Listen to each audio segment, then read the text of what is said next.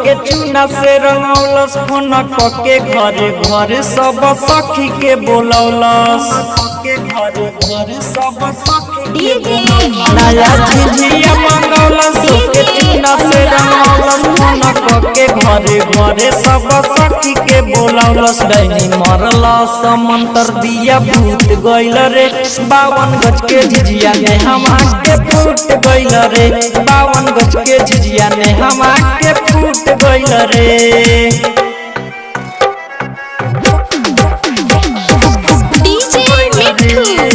DJ मिठू 52 गज के झिझिया ने हम के राजा परसोनी।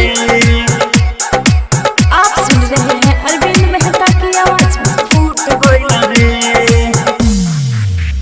लेके झिझिया के माथे सभे गइल के साथे डोहिनी के टोला खेले आजुए के राते लेके झिझिया के माथे सभे गइल के साथे डोहिनी के टोला खेले आजुए के राते देखो कजली के ऐसल छूट गइल रे 52 गज के झिझिया ने हम के फूट गइल रे 52 गज के झिझिया ने हम के फूट गइल रे।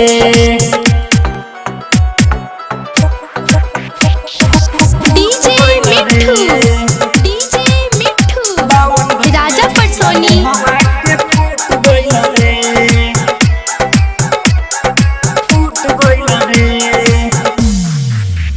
जब से चढ़ल बदा सहारा डोनी करतिया पहारा ने हवा के दिल में चोट देले बिया गहरा जब से चढ़ल बदा सहारा डोनी करतिया पहारा ने हवा के दिल में चोट देले बिया गहरा अरविंद मेहता से कहे दिल टूट गइल रे 52 गज के झिझिया ने हवा के फूट गइल रे 52 गज के झिझिया ने हवा के फूट गइल रे। स्टूडियो कोटवा।